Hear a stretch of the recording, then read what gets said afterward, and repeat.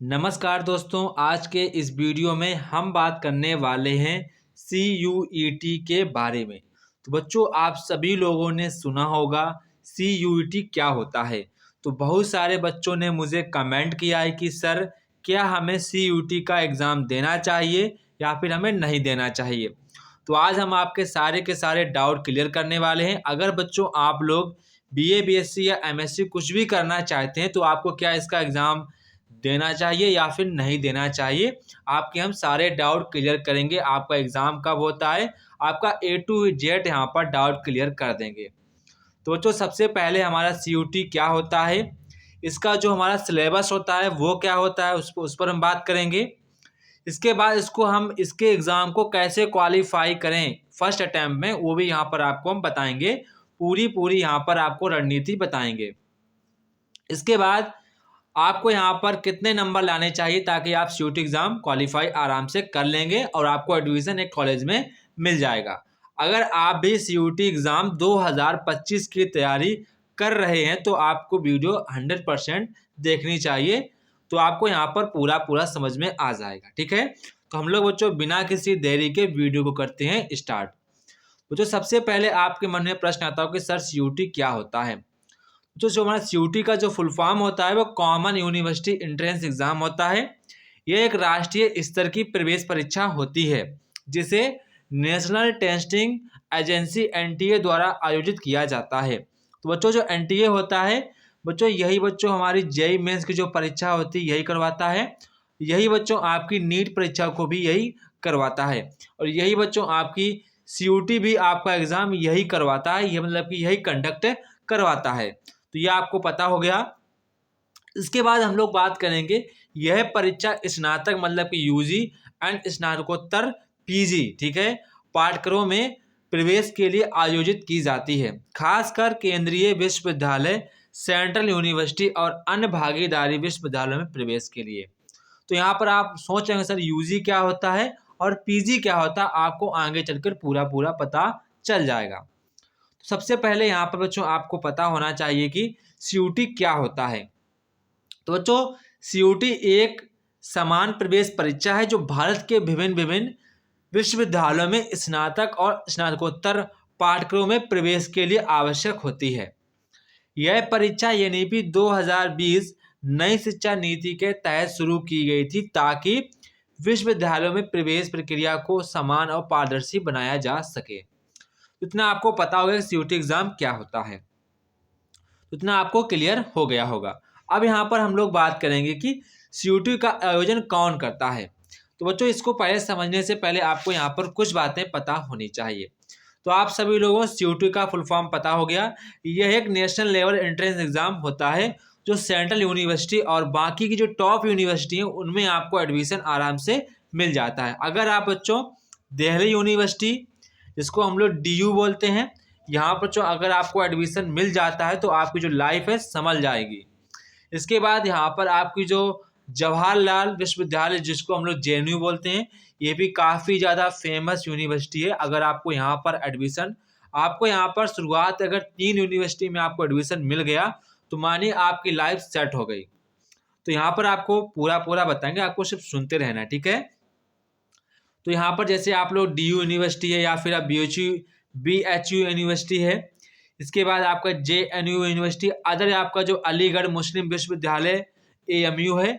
जैसे आप प्रेस्टिगियस कॉलेज में आप एडमिशन लेना चाहते हैं तो आपको CUET एग्ज़ाम देना पड़ता है। अगर आप यहाँ कॉलेज में एडमिशन लेना चाहते हैं तो आपको बच्चों CUET एग्ज़ाम यहाँ पर एग्ज़ाम को देना पड़ता है। CUET आपको एग्ज़ाम को देना पड़ेगा, तभी यहाँ पर आपको एडमिशन मिल पाएगा।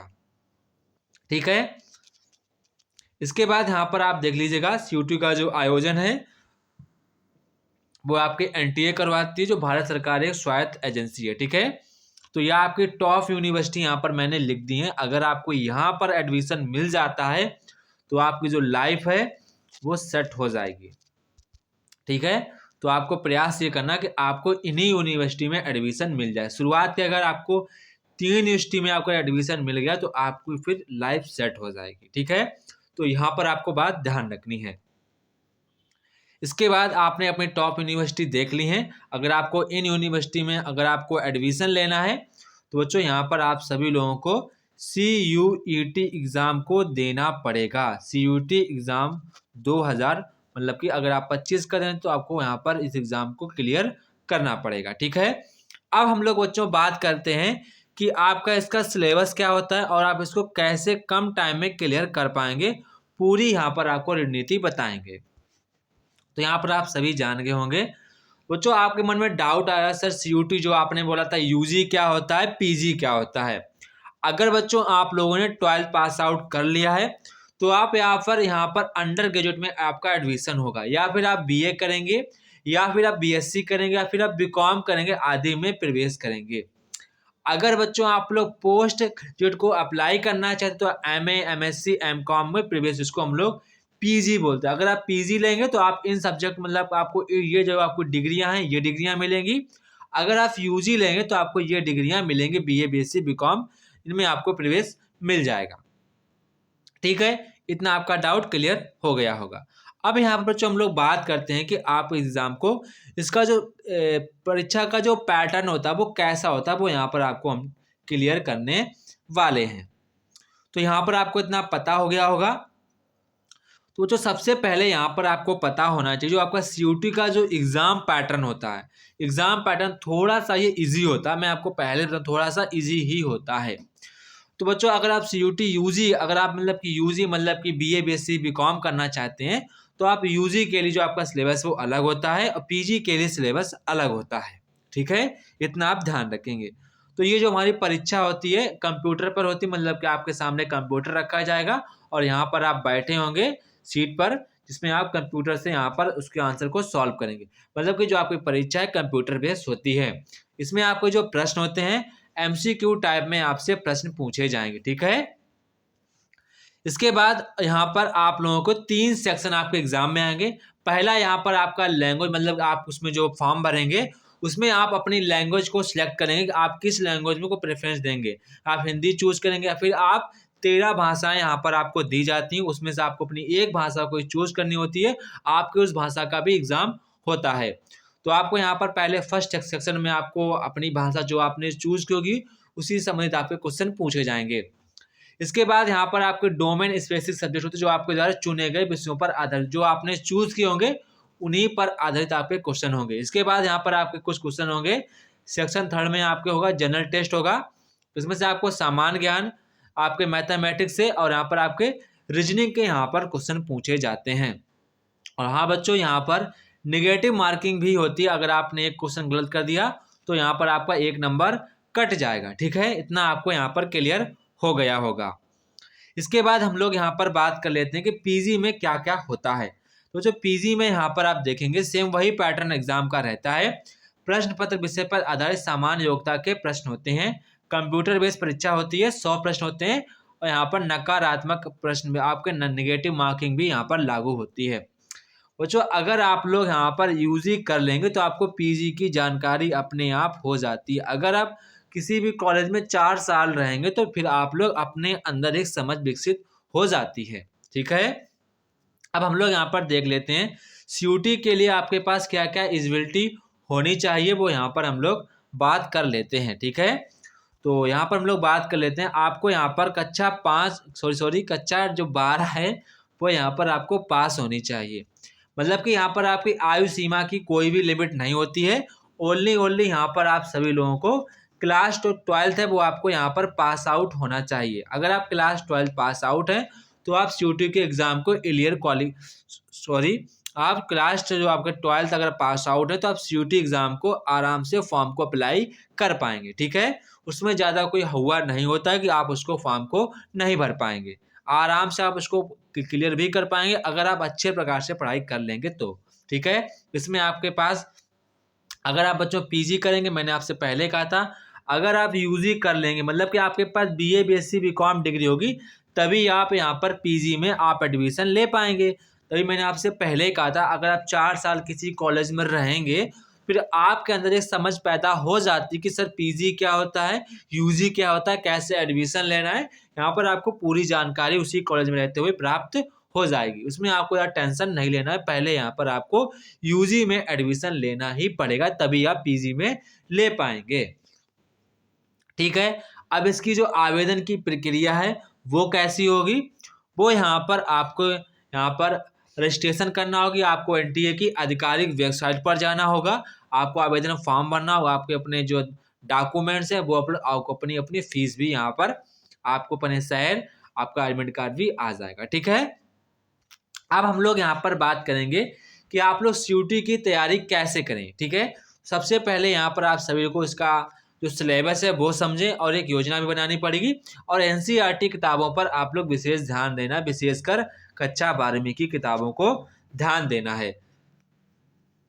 जो आप अपने सब्जेक्ट भरेंगे उन्हीं की एनसीईआरटी को ध्यान देना है। ऐसा नहीं कि आप सारे के सारे सब्जेक्ट को टांगे फिर रहे हैं, ऐसा नहीं है। जो आपने सब्जेक्ट भरे हैं उन्हीं सिलेबस को आपको ध्यान देना है। ठीक है, मॉक टेस्ट भी आपको देने। अब तो मॉक टेस्ट की बहुत सी वेबसाइट फ्री लॉन्च हो चुकी हैं, और यहाँ पर आपको रेगुलर बेस पर पढ़ाई करनी होगी। ऐसा नहीं कि आप आज पढ़ रहे हैं कल नहीं पढ़ रहे हैं तो फिर आप इसको भूल जाइए। बच्चों ये टेस्ट काफ़ी आसान होता है, इसमें मैंने आपके बहुत से मेरे फ्रेंड हैं उसको वन टाइम में क्लियर करके पहुँच चुके हैं। वो आराम से यहाँ पर उनकी लास्ट ईयर शायद है, तो यहाँ पर आप देखेंगे आप भी इसको इजीली कर पाएंगे। बस यहाँ पर आपको एक अच्छी सोच के साथ और अच्छी समझदारी के साथ ही आपको यहाँ पर पढ़ाई करनी पड़ेगी, अगर आप अपनी लाइफ को सही जगह सेटअप करना चाहते हैं तो। ठीक है, इसके बाद यहाँ पर आपको मोस्ट इम्पॉर्टेंट है कि आपको यहाँ पर करंट अफेयर्स को ज़्यादा ध्यान देना है। जनरल नॉलेज के प्रश्न भी आते हैं, उनको भी आपको ध्यान देना है। इसके बाद यहाँ पर हम बोलेंगे CO2 का जो महत्व है वो क्यों लगातार हमारे कंट्री में लगातार बढ़ रहा है। तो सभी विश्वविद्यालयों में एक समान परीक्षा होगी, मेरिट आधारित प्रणाली होगी, बोर्ड परीक्षा के अंकों पर अधिक निर्भरता इसकी नहीं होती। आपके 12th में यहाँ पर चाहे 60% आए, चाहे आपके 70% आए, चाहे आपकी 90% आए, इससे उसको कोई मतलब नहीं है। आपका CUT एग्जाम है उसमें आपके अच्छे मार्क्स आने चाहिए। ठीक है, ये आपको ध्यान रखना चाहिए। फिर आपको यहाँ पर छात्रों को कहीं भी आप इसका आवेदन ले सकते हैं। हर एक बच्चों कॉलेज की अलग अलग कट ऑफ उठती है, जैसे कि जो आपकी JNU की है, BHU की है, इन सभी यूनिवर्सिटी की अलग अलग कट ऑफ उठती है। जो आपके कट ऑफ अगर माना कि मेरी JNU में कट ऑफ सेट बैठे तो मैं यहीं जाकर एडमिशन ले लूँगा, क्योंकि टॉप कॉलेज है ये। ठीक है, इसके बाद यहाँ पर इसके एग्ज़ाम कब आते हैं, तो आपको इसके जो फॉर्म होते हैं लगभग फरवरी से मार्च के बीच में आते हैं। जो इसकी परीक्षा होती है मई से जून के बीच में आती है। जो आपका रिजल्ट है वो जुलाई के माह में आ जाता है। इसके बाद आपको यहाँ पर आप लोग COT की जो आधिकारिक वेबसाइट हमारी ये रही, और यहाँ पर आपका जो निष्कर्ष वगैरह है आपको कुछ नहीं देना है। अब यहाँ पर आपको कुछ हमारी इम्पोर्टेंट बातें आपको ध्यान रखनी है, जो मैं आपको बताऊंगा ये आपके लिए काफ़ी ज़्यादा इम्पोर्टेंट होंगी। अब यहाँ पर आपको हम अच्छे प्रकार से समझाएंगे, जो भी आपका डाउट रहेगा वो भी यहाँ पर आपका क्लियर हो जाएगा। ठीक है, तो अब हम लोग एक एक करके आराम से देख लेते हैं। अब बात करते हैं कि सिलेबस क्या है। ठीक है, अभी आपने थोड़ा सा आराम देखा हो सिलेबस क्या है, हम लोग डीपली यहाँ पर चर्चा करेंगे। ठीक है, यहाँ पर आपका कोई भी डाउट क्लियर नहीं बचेगा। अब हम यहाँ पर हम लोग डीपली चर्चा करेंगे। ठीक है, डीपली, ठीक है, ओवरव्यू था, या हम आप लोग डीपली चर्चा करेंगे। तो देखो बच्चों, सबसे पहले हम लोग बात करेंगे सिलेबस की। तो यहाँ पर सबसे पहले आपको सेक्शन 1 होता है। सेक्शन 1 में आपका लैंग्वेज बेस्ड टेस्ट होता है। कैसा होता है? Language test. आपका जो आपने भाषा, जैसे कि आपको इंग्लिश पसंद होगी, आपको हिंदी, आपको मराठी, आपको कन्नड़, जो भी आपको भाषा पसंद होगी वो यहाँ पर आप चूज करेंगे। उसी भाषा को आपको अपनी भाषा का टेस्ट देना पड़ता है, उसी भाषा से संबंधित आपके क्वेश्चन पूछे जाएंगे। ठीक है, तो आपका सेक्शन 1 में ये आपके क्वेश्चन रहेंगे। ठीक है, आप इंग्लिश या हिंदी या फिर और कोई अपनी रीजनल लैंग्वेज को चूज कर सकते हैं। क्वेश्चन रीडिंग कंप्रिहेंसिव वोकैबुलरी, जो वोकाबुलरी होगी हिंदी में आएगी, और ग्रामर और वर्बल एबिलिटी वगैरह क्वेश्चन पूछे जाएंगे। ठीक है, ये आपका क्लियर हो गया। इसके बाद यहाँ पर आपका सेक्शन 2 बात करते हैं। तो सेक्शन 2 में आपका जो सेक्शन 2 है उसमें आपका डोमेन स्पेसिफिक सब्जेक्ट होते हैं, आपके 12th के सब्जेक्ट पर बेस पर होता है। एग्जाम्पल के तौर पर अगर आप साइंस के स्टूडेंट के लिए आपको फिजिक्स, केमिस्ट्री, मैथ, आपको बायोलॉजी देना होगा। अगर आप लोग कॉमर्स के स्टूडेंट हैं, कॉमर्स के हैं, तो आप लोग अकाउंटेंसी या बिजनेस या फिर स्टडीज इकोनॉमी आप में से आपका टेस्ट होगा। ठीक है, अगर आप साइंस साइड से हैं तो यहाँ पर आपको फिजिक्स केमिस्ट्री मैथ बायोलॉजी जो भी आपका होगा। अगर आप कॉमर्स साइड के हैं तो आपको अकाउंटेंसी बिजनेस स्टडी एंड आपका इकोनॉमिक्स या आपका इसमें टेस्ट होगा। ठीक है, इसके बाद यहाँ पर हम लोग बात कर लेते हैं सेक्शन 3 में। तो सेक्शन 3 में अगर कॉलेज का रिक्वायरमेंट हो तो, ठीक है, तो जैसे कि यहाँ पर अगर आप सेक्शन 3 की बात करें तो यहाँ पर आपके जीके के क्वेश्चन आते हैं और यहाँ पर आपका सीए भी आता है। सीए क्या होता है? करंट अफेयर, जो कि आपका जो भी आपके अभी में जो घटनाएं घटित होती हैं उनको हम लोग सीए कहते हैं, करंट अफेयर्स। इसके बाद यहाँ पर आपकी रीजनिंग आएगी, मैथ के आपके बेसिक लेवल के क्वेश्चन होंगे, अर्थमेटिक के। ठीक है, यहाँ पर आपको पता होना चाहिए।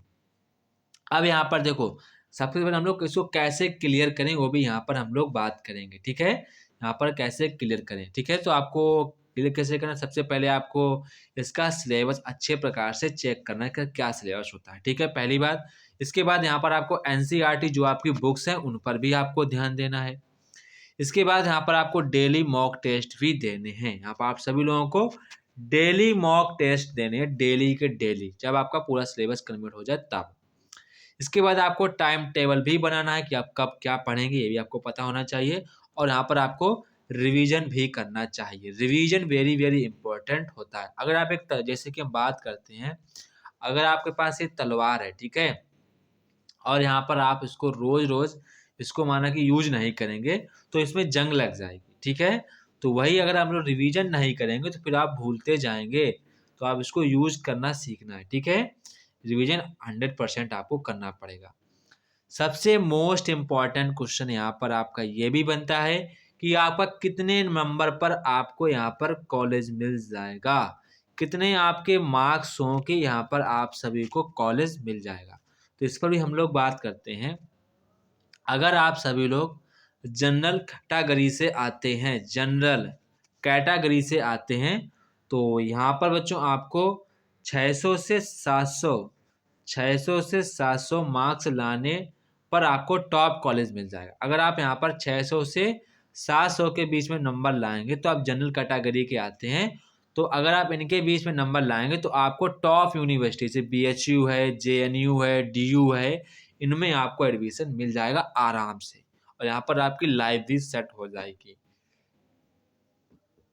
इसके बाद हम लोग यहाँ पर बात करते हैं, अगर आप लोग OBC या फिर आप लोग EWS, ठीक है, जैसे लोग EWS, तो यहाँ पर आपको 500 से 600 के बीच में यहाँ पर आपको मार्क्स लाने पड़ेंगे, तभी यहाँ पर आपको टॉप यूनिवर्सिटी में एडमिशन मिल पाएगा।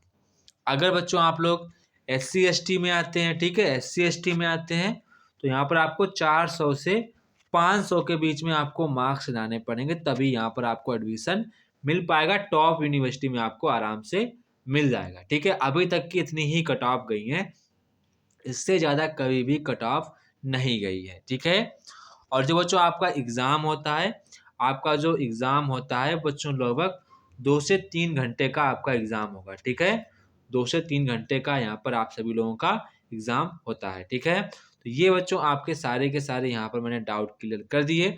अगर आपका फिर भी कोई डाउट बचता है तो आप मुझे कमेंट बॉक्स में कमेंट करके पूछेंगे, मैं आपके उस प्रश्न का उत्तर दूंगा। ठीक है, आप सभी लोग अगर वीडियो अच्छा लगा हो तो आप मुझे कमेंट बॉक्स में कमेंट करके बताएंगे। ठीक है, देखो बच्चों, मैं आपसे ईमानदारी के साथ कह रहा हूँ कि अगर आप CUT के एग्ज़ाम देंगे, अपना लास्ट एग्ज़ाम सोच के एग्ज़ाम देंगे तो आप इसको इजीली क्लियर कर पाएंगे।